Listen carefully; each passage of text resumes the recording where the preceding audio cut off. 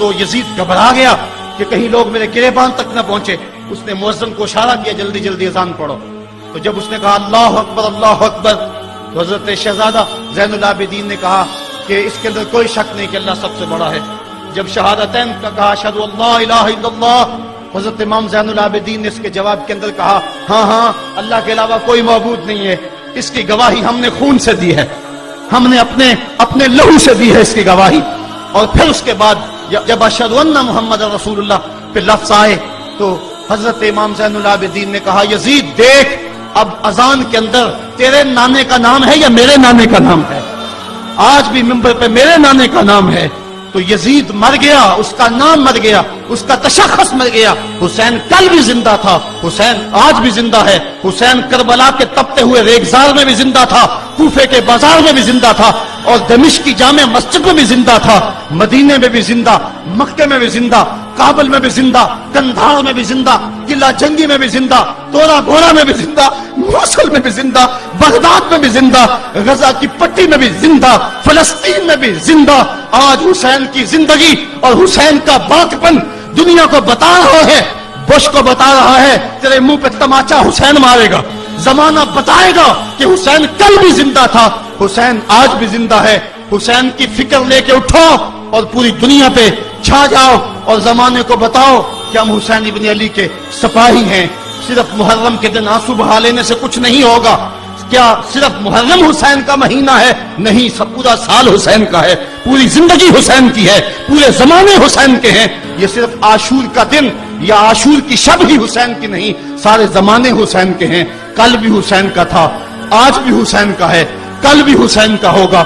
آؤ اٹھیں، قرآن کو لے کر کے حسین ابن علی نیزے کی نوک پر بھی چڑھ کے قرآن سنایا، اور آج ہم اسی قرآن کی دعوت کو لے کر کے اٹھیں اور حسین ابن علی کے پیغام کو